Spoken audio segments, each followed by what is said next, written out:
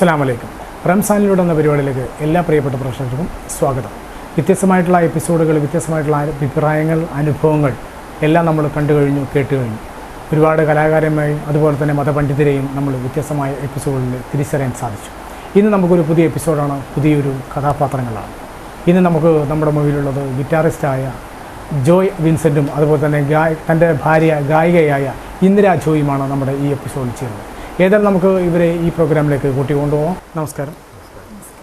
ഇന്ദിര ചേച്ചി ഒരു 200-ൽ പരം മാപ്പിളപ്പാട്ട് കാസറ്റിന് വേണ്ടി പാടിയിട്ടുണ്ടോ അല്ലേ? അപ്പോൾ ജോയേട്ടൻ ഗിറ്റാറിസ്റ്റാണ്. നമ്മുടെ റംസാനിലുള്ള പരിപാടിയിലാണ് ഇപ്പോൾ നമ്മൾ എത്തിയിട്ടുള്ളത്. അപ്പോൾ ഗായിക ആയതിൻ്റെ പേരിൽ തന്നെ കലാകാരന്മാരും കലാകാരികളൊക്കെ ആകുമ്പോൾ സമൂഹത്തോട് ഒരുപാട് ഒട്ടിക്കിടക്കുന്ന ആളുകളാണ്. എല്ലാ മേഖലയുമായിട്ട് നല്ല ബന്ധമുണ്ടാവും. അങ്ങനെയാണെങ്കിൽ ഇന്ദിര ചേച്ചിക്ക് നോമ്പിൻ്റെ അനുഭവങ്ങൾ പറയാൻ എന്താണുള്ളത്? നോമ്പിൻ്റെ അനുഭവം ചെറിയ കുട്ടിപ്രായം തൊട്ടേ നോമ്പിൻ്റെ അനുഭവത്തിൽ കൂടെ കുറേ കടന്നു പോകുന്നവളാണ് ഞാൻ. കാരണം ഞാൻ വേറൊരു മതത്തിൽ നിന്ന് വേറൊരു മതസ്ഥരെ കൂടെ ചേർന്ന് അവരുടെ രീതികളെല്ലാം കണ്ടു വളർന്ന ഒരു ആളാണ്. അതായത് ചെറിയ പ്രായത്തിൽ VM കുട്ടി മാഷിൻ്റെ ട്രൂപ്പിലേക്ക് വന്നു 10ാമത്തെ വയസ്സിൽ. പിന്നെ അവരുടെ വീട്ടിലെ ഒരു അംഗത്തെ പോലെ, മാഷിൻ്റെ ഒരു മകളെപ്പോലെ മാഷിൻ്റെ മക്കളുടെ കൂടെ ഒരുപാട് നോമ്പ് കാലത്ത് ചിലവഴിച്ചിട്ടുണ്ട്. ആ ദിവസങ്ങളിലൊക്കെ എന്ന് പറഞ്ഞാൽ മാഷിയുടെ മക്കളാണ് ഞങ്ങൾക്ക് നെയ്യത്ത് വെക്കുക എന്ന് പറയുന്നൊരു സമ്പ്രദായമുണ്ട്. അതെനിക്ക് സംഭവത്തിൽ അറിയില്ല എന്താണ് എന്നുള്ളത്.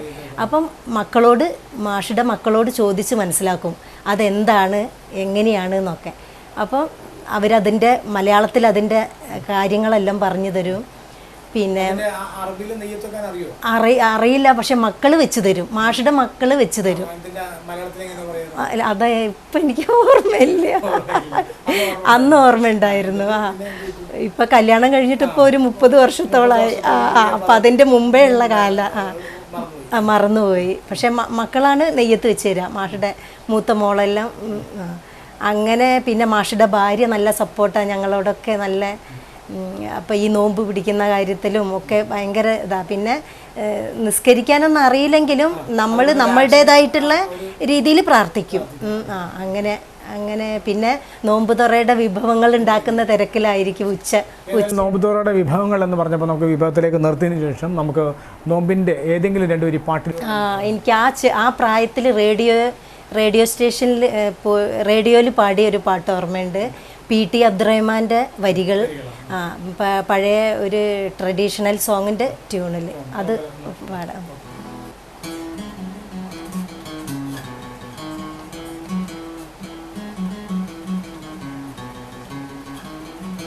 മധുര നാരങ്ങ ചുള കണക്കേ മധുമതി പൊട്ട് നീ കണ്ടോ മുത്തേ, നോമ്പിൻ്റെ ചില്ലയിൽ കണ്ണടച്ച് കൂമ്പിയ പൂവേ നീ കൺതുറക്ക്, ചെന്തങ്ങിൻ്റെ 5-6 ചാണകലേ പൊന്തി നിൽക്കുന്ന മഴമുകിലേ, തെല്ലൊന്ന് തെക്കോട്ട് നീ കോമലേ, നല്ലോണം കാണട്ടൊന്നമ്പിളിയേ. പാടിയതാണ്. അന്ന് ഒരു 10-11 വയസ്സ്. 11 വയസ്സുണ്ടാവും. എനിക്ക് തോന്നുന്നു 11 വയസ്സ് പാടിയ പാട്ട് ഇപ്പോഴും നന്നായിട്ട് പാടുന്നുണ്ടല്ലോ അല്ലേ? അപ്പോൾ ഇത് വരികളൊക്കെ ഇപ്പോഴും നല്ല ഓർമ്മയിലുണ്ടെന്നല്ലോ. അന്ന് മ്യൂസിക് ഉണ്ടായിരുന്നോ? മ്യൂസിക് വെച്ചിട്ടാണ് ചെയ്തത്. ആരായിരുന്നു? ഇവർ കോഴിക്കോട് അബൂബക്കർ, പിന്നെ പപ്പേട്ടൻ കോഴിക്കോട്, പിന്നെ ഗിറ്റാറ് ഇദ്ദേഹം. അപ്പോൾ ഞാൻ ചോദിക്കുന്നത്, അന്ന് അദ്ദേഹം ഗിറ്റാർ വായിക്കും 11 വയസ്സ്, അന്ന് കല്യാണം കഴിഞ്ഞിട്ടില്ല. പിന്നെ എങ്ങനെ കല്യാണ രംഗത്തേക്ക് വന്നെങ്കിൽ? അത് പിന്നെ മാഷിന്റെ ട്രൂപ്പിലായിരുന്നു. അപ്പോൾ മാഷ് തന്നെയാണോ അത് കണ്ടെത്തി ഒക്കെ എന്താ പറയുക അല്ലേ? കണ്ടെത്തി അങ്ങനെ കല്യാണം കഴിച്ചു അല്ലേ? ഇപ്പോൾ എത്ര കുട്ടികളുണ്ട്? 2 ആളുണ്ട്. അതല്ലേ? അപ്പോൾ ജോയേട്ടൻ എന്താണ് നോമ്പിൻ്റെ അനുഭവം ഉള്ളത്? നോമ്പ് തുറക്കാൻ ഫ്രണ്ട്സുകൾ കൂടുതലും മുസ്ലിംസ് ആയതുകൊണ്ട് ഇടയ്ക്കിടയ്ക്ക് ഇങ്ങനെ നോമ്പ് തുറക്കാനൊക്കെ പോകേണ്ടി വരും. ആ മാസം തന്നെ വേറെ തന്നെ ചിന്താഗതിയായിട്ടാണ്. നമ്മുടെ ഗ്രന്ഥത്തിലും പഴയ നിയമം ഈ ഒരു റൂട്ടിലൂടെ പോകുന്നത്. തീർച്ചയായിട്ടും ഉണ്ടല്ലോ. 53 നോമ്പുണ്ടോ, 40 നോമ്പുണ്ട്. അതെല്ലാ മതങ്ങളിലും നോമ്പ് അനുഷ്ഠിക്കുന്നൊരു കർമ്മമുണ്ട്. പക്ഷേ ഓരോ മതത്തിൻ്റെയും വ്യത്യസ്തമായ രീതിയിലാണെന്ന് മാത്രമേ ഉള്ളൂ. അതാണ് അതിൻ്റെ പ്രത്യേകത. ഏതായാലും നമുക്ക് അടുത്തൊരു പാട്ടിലൂടെ നമുക്ക് കടന്നു പോകാം. മനസകമീ മുഹബത്ത് പെരുത്ത് നിലവുകൾ കൊരുത്ത് മഹർമാല എടുത്ത് മധുമതിയാ മണിമങ്ക കിണങ്ങുവാൻ മണവാളനിത വരുന്നേ മലർമിഴിയിൽ കനവുകൾ ഉദിത്ത് തളിർമനം തൊടുത്ത് തുകിൽ ഞൊറിഞ്ഞൊടുത്ത് മണമിയലും മറയ്ക്കകം തന്നിൽ പുത്തൻ മണവാട്ടി കുണുങ്ങി നിന്നേ. വളരെ നന്നായിട്ട് പാടിയിട്ടുണ്ട്. അതിനേക്കാൾ നന്നായിട്ടും അല്ലെങ്കിൽ അതിനോടൊപ്പം തന്നെ കടം പിടിക്കാനുള്ള ഗിറ്റാർ വായനയായിരുന്നു. നോമ്പിനെ കുറിച്ചിപ്പോൾ അന്ന് നോമ്പെടുത്ത സമയത്ത് എന്താണ് മനസ്സിൽ തോന്നിയത്? അന്ന് നോമ്പെടുത്ത സമയത്ത് വലിയ ഒരു അറിവുള്ള ഒരു കാലമല്ല, പിള്ളേരെ കൂടെ. അതെ അതെ. പക്ഷെ ഈ കഴിഞ്ഞ വർഷം ഇപ്പം ഈ നോമ്പ് എടുത്തിട്ടില്ല. കഴിഞ്ഞ വർഷം കോഴിക്കോട് അബൂബക്കറിൻ്റെ സംഗീതത്തിലൊരു കാസറ്റ് ഇറങ്ങിയിരുന്നു, CD. അതിൽ ഞങ്ങളുടെ മോളൊരു പാട്ട് പാടിയിട്ടുണ്ടായിരുന്നു. അപ്പം അന്ന് ആ പ്രൊഡ്യൂസേഴ്സ് എല്ലാം കൂടെ ഞങ്ങൾക്കൊരു ട്രീറ്റ് തന്നു. നോമ്പ് തുറ. അപ്പം അന്ന് നോമ്പ് പിടിച്ചു.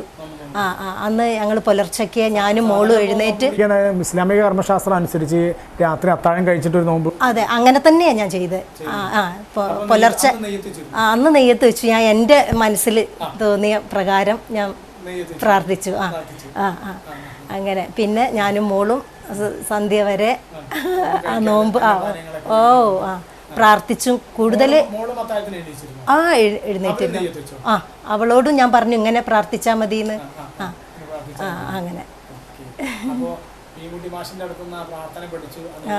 അതെ അതെ. നല്ല എന്താ പറയുക, ശരീരത്തിനും മനസ്സിനും പിന്നെ അതിലുപരി നമ്മളിലേക്ക് തന്നെ നോക്കിയിട്ട് നമ്മുടെ കുറവുകളും നമ്മുടെ പോരായ്മകളും നമ്മുടെ വാക്കിലൂടെയും നോട്ടത്തിലൂടെയും എല്ലാം വരുന്ന ആ കുറ്റങ്ങളും കുറവുകളും ഉണ്ടല്ലോ, അത് ശരിക്കും കണ്ടെത്തിയിട്ട് താഴ്മയായിട്ട് ദൈവസന്നിധിയിലിരുന്ന് പ്രാർത്ഥിച്ചു വന്ന്. തീർച്ചയായിട്ടും നമുക്കൊരു ഇടവേള കഴിഞ്ഞ് വീണ്ടും നമ്മുടെ ചർച്ചയിലേക്ക് തിരിച്ചു വരാം. നമ്മൾ ഇടവേള കഴിഞ്ഞ് വീണ്ടും തിരിച്ചു വന്നിരിക്കുകയാണ്. നമുക്ക് എന്തായാലും അടുത്തത് ഇന്ദിര ചേച്ചിയുടെ നല്ലൊരു അടിപൊളി ഗാനം എന്ന് പറയാൻ പറ്റില്ല, എന്നാൽ നല്ലൊരു ഭക്തിഗാനത്തിലേക്ക് നമുക്ക് തിരിച്ചു പോകാം. ഇത് കോഴിക്കോട് അബൂബക്കർ സംഗീതം, രചന ഹസൻ നെടിയനാട് എന്ന് പറഞ്ഞു. നെടിയനാട്, ഹസൻ നെടിയനാട്. പാടിയത് ഞാൻ തന്നെ, അതായത് ഇന്ദിര ചേച്ചി തന്നെ, ഇന്ദിരാജൻ അല്ലേ? ഓക്കെ, പാടി. ബഹറിൻ മോജകൾ പൊങ്ങിടുമ്പോൾ ആർത്തിടുന്നത് എന്താണ്, ഗഹനി പറവകൾ പാടിടുമ്പോൾ പാടിടുന്നത് എന്താണ്, മധുവൻ മലരികൾ തേടിടുമ്പോൾ മൂടിടുന്നത് എന്താണ്, മാനവനാരാധിക്കാൻ ഉലകിൽ ഏകയിലാഹായാരാണ്, അല്ലാഹു അല്ലാതാരാണ്, അല്ലാഹു അക്ബർ, അല്ലാഹു അക്ബർ, അല്ലാഹു അക്ബർ, അല്ലാഹു അക്ബർ.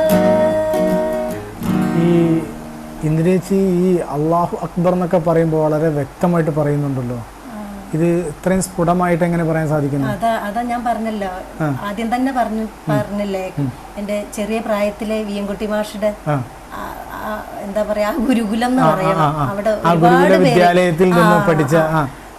പേരുണ്ടായിരുന്നു. ഞാൻ എത്തുന്ന കാലത്ത് ഇന്നത്തെ വിളയിൽ ഫസീലത്ത, അന്ന് ഫസീലത്ത അവിടെ ലീഡ് ഗായികയാണ് അവിടുത്തെ.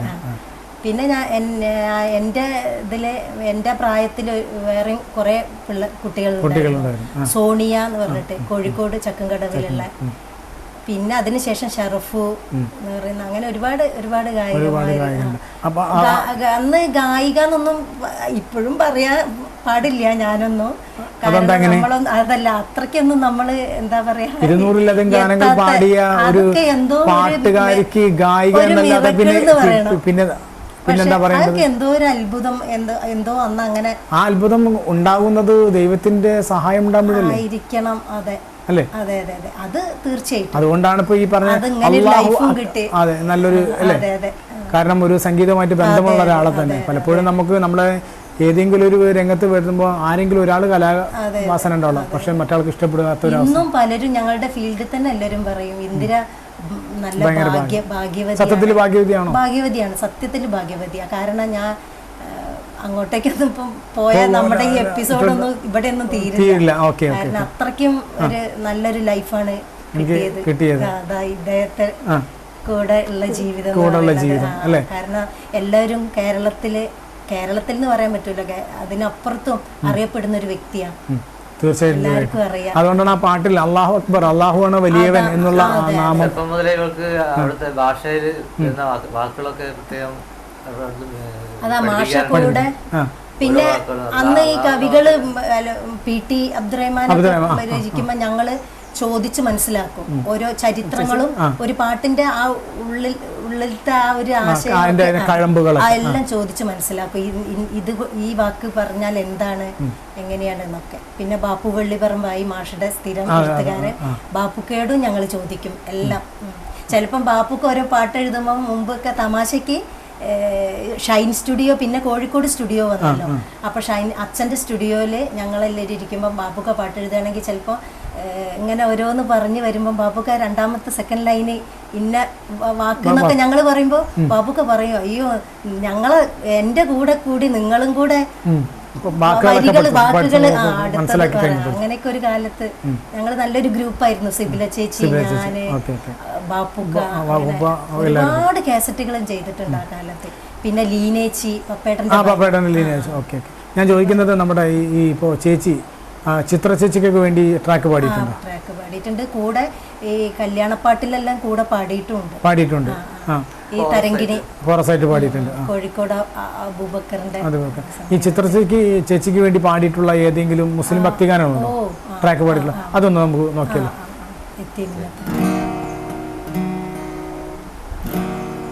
യത്തീമിന്നത്താണിയേകിക്കൊണ്ട താഴം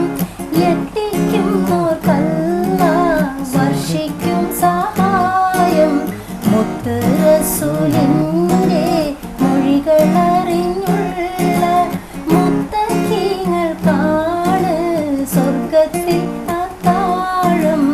യത്തീമിന്നത്താണി ഏകിക്കൊണ്ട താഴം എത്തിക്കുന്നോർക്കല്ലാഹ് വർഷിക്കും സഹായം.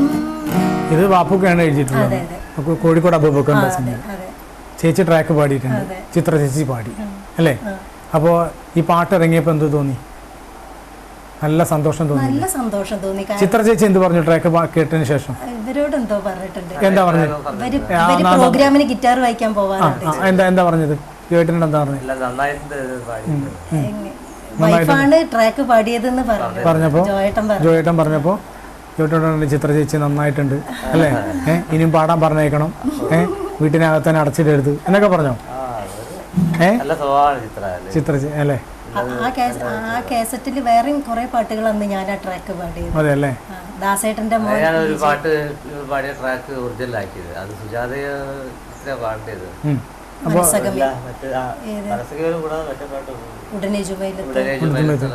അത് മറ്റേ ഇന്ദ്രചേച്ചിയാണ് പാട്ട്. അപ്പൊ നമുക്കത് കേട്ടാലോ? ഓക്കെ, ഇന്ദ്രചേച്ചിയുടെ ശബ്ദത്തിൽ തന്നെ നമുക്ക് കേൾക്കാമല്ലോ. ഇത് ട്രഡീഷണൽ മഹാകവി മോയിൻകുട്ടി. ഉടനെ ജൂമയിലെത്തിറങ്ങി നടന്ന് ചെണ്ട് ഉരയുന്നവനോടൻ കൂടെ വരണമെന്ന് വടിവുറ്റാരശി വിളിക്കും നാടുത്ത് കാമാൻ വളരെ കോതിയെങ്കിൽ ഇங்கே വരട്ടെ തേമാ. ഇത് ആർക്ക് വേണ്ടിയിട്ടാണ് ട്രാക്ക് പാടിയത്? അന്ന് ആർക്കും വേണ്ടി ട്രാക്ക് പാടിയിരുന്നോ? അങ്ങനെ സെലക്ട് ചെയ്താണോ? പാടേണ്ടത്. പിന്നെ എങ്ങനെ ഇങ്ങോട്ട് എത്തി? അങ്ങനെ തന്നെ കിടന്നോട്ടെ. നമ്മുടെ തരങ്കിണി ബാബുക്ക കോഴിക്കോട് ബാബുക്ക ഉണ്ടായിരുന്ന ബാബുക്കയുടെ അടുത്തില്ലേ. അപ്പൊ അന്ന് ആ ട്രാക്ക് പാടിയപ്പോ എന്താ സംഭവിച്ചത്? അത് കേട്ട് കഴിഞ്ഞിട്ട് ഈ കുട്ടി എന്നെ പാടിയാൽ മതിയെന്ന്. അന്ന് ഈ കുട്ടിക്ക് എത്ര വയസ്സുണ്ടായിരുന്നു? ഇതിങ്ങനെ തന്നെ കിടന്നോട്ടെ എന്ന് പറഞ്ഞു, അങ്ങനെയാ പറഞ്ഞു. അതെയാ? അന്ന് എത്ര വയസ്സുണ്ടായിരുന്നു? അന്ന് കല്യാണം കഴിഞ്ഞൊരു മോനുണ്ട്. ആ സമയത്താണ് അല്ലേ? ഇപ്പൊ പുതിയതായിട്ട് ഏതാണ് പാടിയുള്ളത്? അടുത്ത പുതിയ ആൽബങ്ങളിലൊന്നും പാടിയിട്ടില്ല. ഇപ്പൊ പ്രാക്ടീസ് ഒക്കെ ചെയ്യാറുണ്ട്. ഇപ്പൊ കുറവാ. എന്താ പ്രാക്ടീസ് ചെയ്തിരുന്നു? വല്ലപ്പോഴും മാഷുടെ കൂടെ മാഷും വിളിക്കാറുണ്ട്. അതെ, നമുക്കൊരു കാര്യം ചെയ്യാം. സിന്ധു ചേച്ചി പാടിയ നല്ല പാട്ട് ഏതാണ്? അത് എടുത്ത് പാടുന്ന ഇടക്കിടക്ക് ഇപ്പോൾ ഈ നമ്മുടെ ജോയേട്ടൻ ഗിറ്റാറിസ്റ്റ് ആയതുകൊണ്ട് ജോയേട്ടൻ പറയും നീ ആ പാട്ടൊന്ന് മൂളി എന്ന് പറഞ്ഞിട്ട് മൂളിക്കുന്നതിലും പാട്ടില് പിന്നെ പല പല ചരിത്രങ്ങളായിട്ടുള്ള പാട്ടുകളും പിന്നെ പല സ്റ്റോറീസ് ഉണ്ടല്ലോ. ഈ എന്താ പെണ്ണ് കെട്ടിയിട്ട് പുരുഷൻ ചതിച്ച് പോണത് അങ്ങനെയൊക്കെ. അപ്പൊ ഈ അടുത്ത് ഞാൻ പഴയ കാസറ്റ് തേടിയപ്പം അതില് ഞാന് മിൻമിനി ഒക്കെ പാടിയ ഒരു കാസറ്റ് എറണാകുളത്ത് നിന്ന്, അതിൽ മിനി പാടിയ ഒരു പാട്ട്, ഔക്കുബായിയുടെ പാട്ട്, ഒരു 4 വരി, അത് ഞാൻ പാടാം. ഇൻസിന്റെ വേഷത്തിൽ ഇബിലീസ് വന്നല്ലോ. അപ്പൊ നമുക്ക് ആ പാട്ടിലേക്ക് തിരിച്ചു പോവാം. ഇൻസിന്റെ വേഷത്തിൽ ഇബിലീസ് വന്നല്ലോ, ഇറയോനെ എന്നെ ചതിച്ചവൻ പോയല്ലോ, എരിയുന്ന ചട്ടീന്ന് തീയിൽ ഞാൻ വീണല്ലോ, ഏറെ ദുരിതത്തിൽ പെട്ട് വലഞ്ഞല്ലോ, ഇൻസിന്റെ വേഷത്തിൽ ഇബിലീസ് വന്നല്ലോ, വയറുമെരിഞ്ഞന്ന് ഞങ്ങൾ കഴിയുന്നു, വിവാഹപ്രായം കഴിഞ്ഞു ഞാൻ നിൽക്കുന്നു, കെട്ടിക്കാൻ കഴിയാതെ ഉപ്പാ കറങ്ങുന്നു, കണ്ട് സങ്കടപ്പെട്ടും കരയുന്നു, ഇൻസിന്റെ വേഷത്തിൽ ഇബിലീസ് വന്നല്ലോ, ഇറയോനെ എന്നെ ചതിച്ചവൻ പോയല്ലോ, നാളുകളെണ്ണി ഞാനന്ന് കഴിയുന്നു, മാരന്റെ കാതിൽ ഞാൻ അക്കഥ ചൊല്ലുന്നു, അത് കേട്ടയാളെങ്ങോ പോയെന്നെ വിട്ടിട്ട്, അലതല്ലും ദുഃഖക്കടലിലെ തള്ളിയിട്ട്, ഇൻസിന്റെ വേഷത്തിൽ ഇബിലീസ് വന്നല്ലോ, ഇറയോനെ എന്നെ ചതിച്ചവൻ പോയല്ലോ. ഇത് ഏത് കാലഘട്ടത്തിലാ പാടിയത്? ഇത് 92 കാലഘട്ടത്തിൽ ഇത് പാടിയപ്പോൾ സത്യത്തിൽ ഇന്ന് വളരെ സമകാലീന വിഷയങ്ങൾ. ഇത് എഴുതിയത് അച്ഛനമ്പലം, PAB അച്ഛനമ്പലം എന്ന് പറയുന്ന ആളാണ്.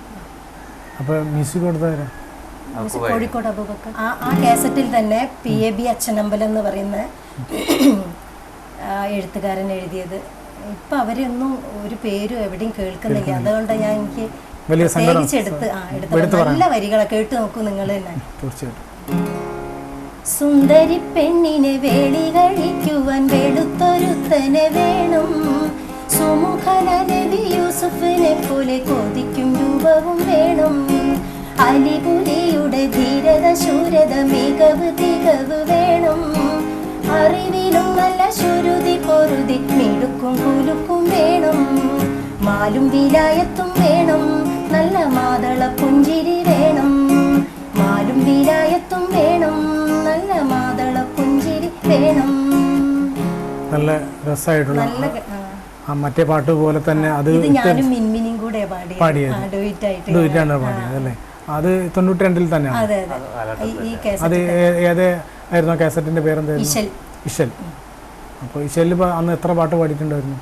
പിന്നെ വേറൊരു കല്യാണപ്പാട്ട് ബാപ്പു എഴുതിയത്, ബാപ്പു വെള്ളിപ്പറമ്പ്, മാതളിർ പോലെ പുതുവ കന്നി, മാതളിർ ചുണ്ടിലും പുഞ്ചിരി തങ്ങി, മാരനിൽ ചേരുവാൻ മോഹം പൊങ്ങി, മങ്ക വരുന്നു മിനുങ്ങി മിനുങ്ങി. ഇത് വാപ്പുക്കാടെ വരിയാണ്. ഏതായാലും നമുക്ക് വീണ്ടും നമുക്കൊരു ഇടവേളക്ക് ശേഷം തിരിച്ചു വരാം. വീണ്ടും നമ്മൾ ഇടവേള കഴിഞ്ഞ് തിരിച്ചു വന്നിരിക്കുകയാണ്. നമ്മൾ നോമ്പിൻ്റെ അനുഭവങ്ങൾ പങ്കുവച്ചു, നോമ്പിൻ്റെ കാര്യങ്ങളൊക്കെ പറഞ്ഞു, ഒരുപാട് നോമ്പിൻ്റെ സവിശേഷതമായിട്ടുള്ള അനുഭവങ്ങളിലൂടെ തന്നെ നമുക്ക് റംസാനിലുള്ള പരിപാടിയിൽ കടന്നു പോകാൻ കഴിയും. ഇനി ഏത് പാട്ടാണ് നമുക്ക് വേണ്ടി പാടാൻ തോന്നുന്നത്? ഇനി ഔക്കുബായുടെ തന്നെ സംഗീതത്തിൽ ഒരു കാസറ്റിൽ പാടിയ പാട്ട് ഇയ്യാക്കനാബുദു. ഇയ്യാക്കനാബുദു.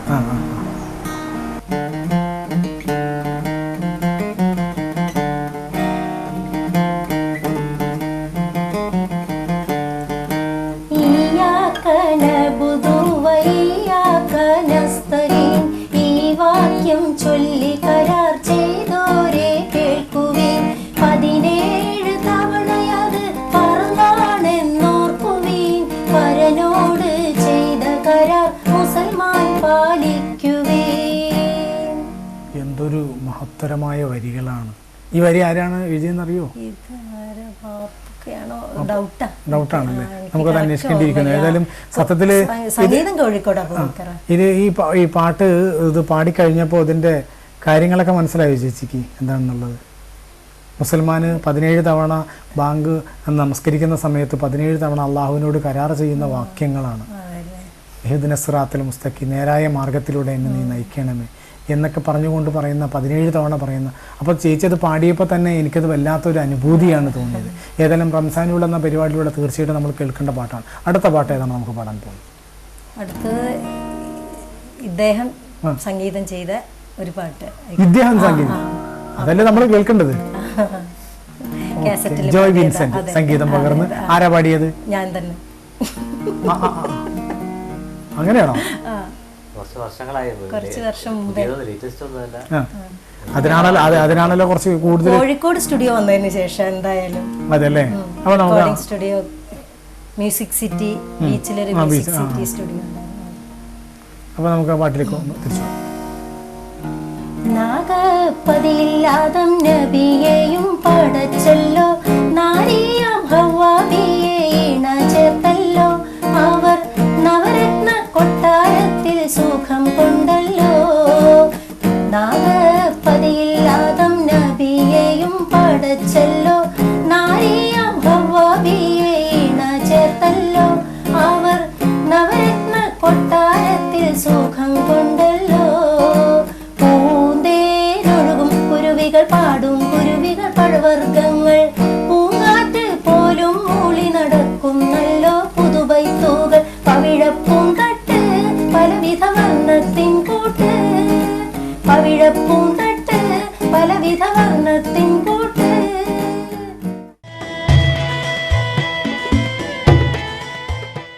അപ്പോൾ എന്തായാലും നമ്മൾ റംസാനിലൂടെ നിന്ന പരിപാടി നമ്മുടെ ഇളയൊരു ചോദ്യം മാത്രം ചോദിച്ചുകൊണ്ട് നമുക്ക് വിട പറയാം.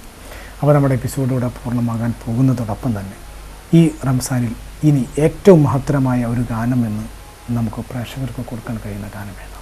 പടപ്പ് പടപ്പോട് പിരിശത്തിൽ നിന്നോളി, പടച്ചോന്റെ കാരുണ്യം കിട്ടുന്നത് കണ്ടോളി. അന്യോന്യം പോരാടി പോരാടി നിൽക്കേണ്ട പൊന്നാലെ ക്ഷേത്രങ്ങൾ പള്ളികൾ തീർക്കേണ്ട. പടപ്പ് പടപ്പോട് പിരിശത്തിൽ നിന്നോളി, പടച്ചോന്റെ കാരുണ്യം കിട്ടുന്നത് കണ്ടോളി. അന്യോന്യം പോരാടി പോരാടി നിൽക്കേണ്ട പൊന്നാലെ ക്ഷേത്രങ്ങൾ പള്ളികൾ തീർക്കേണ്ട. അമ്പലവും പുണ്യ മസ്ജിദുമെല്ലാം അൻപിന്റെ കാഹളമൂതുകയല്ലോ. അമ്പലവും പുണ്യ മസ്ജിദുമെല്ലാം അൻപിന്റെ കാഹളമൂതുകയല്ലോ. എന്നിട്ടും വാളൂരി നിൽക്കുന്നു നമ്മൾ, കൊന്നു ജയിക്കുവാൻ നോക്കുന്നു നമ്മൾ. എന്നിട്ടും വാളൂരി നിൽക്കുന്നു നമ്മൾ, കൊന്നു ജയിക്കുവാൻ നോക്കുന്നു നമ്മൾ. പടപ്പ് പടപ്പോട് പിരിശത്തിൽ നിന്നോളി, പടച്ചോന്റെ കാരുണ്യം കിട്ടുന്നത് കണ്ടോളി. ഓക്കെ, നന്നായിട്ട് വളരെ ലയിച്ച് പാടിയിട്ടുണ്ട്. കാരണം ഈ റംസാനിലൂടെ എന്ന പരിപാടിയിലൂടെ ഈ റംസാൻ മാസത്തിൽ നമുക്ക് കൊടുക്കാനുള്ള സന്ദേശ ഗാനം തന്നെയാണ്. കാരണം ഏത് മതങ്ങളും പഠിപ്പിക്കുന്നത് സൗഹൃദ സ്നേഹം വളർത്തുക എന്നുള്ളതാണ്. പലപ്പോഴും നമ്മളത് മറക്കപ്പെടുന്നു. അതായത് ഖുർആനിൻ്റെയും നിവേദനങ്ങളും മറ്റുള്ള എല്ലാ മതങ്ങളും പഠിപ്പിക്കുന്ന ഒരേ തത്വശാസ്ത്രമാണ്. അതുകൊണ്ട് തന്നെ ഈ ഗാനം തീർച്ചയായിട്ടും നമ്മുടെ ഈ റംസാനിലൂടെ എന്ന പരിപാടിയിലേക്ക് തീർച്ചയായും ഒരു മുതൽക്കൂട്ടായിരിക്കും. ഏതായാലും ഇത്ര നേരം സഹകരിച്ച രണ്ടു പേർക്കും ഞങ്ങൾ റംസാൻ ആശംസകൾ അറിയിച്ചുകൊണ്ട് വീണ്ടും നമുക്ക് മറ്റൊരു ദിവസം കാണാം എന്ന് പരിപൂർണ്ണ പ്രതീക്ഷ നൽകി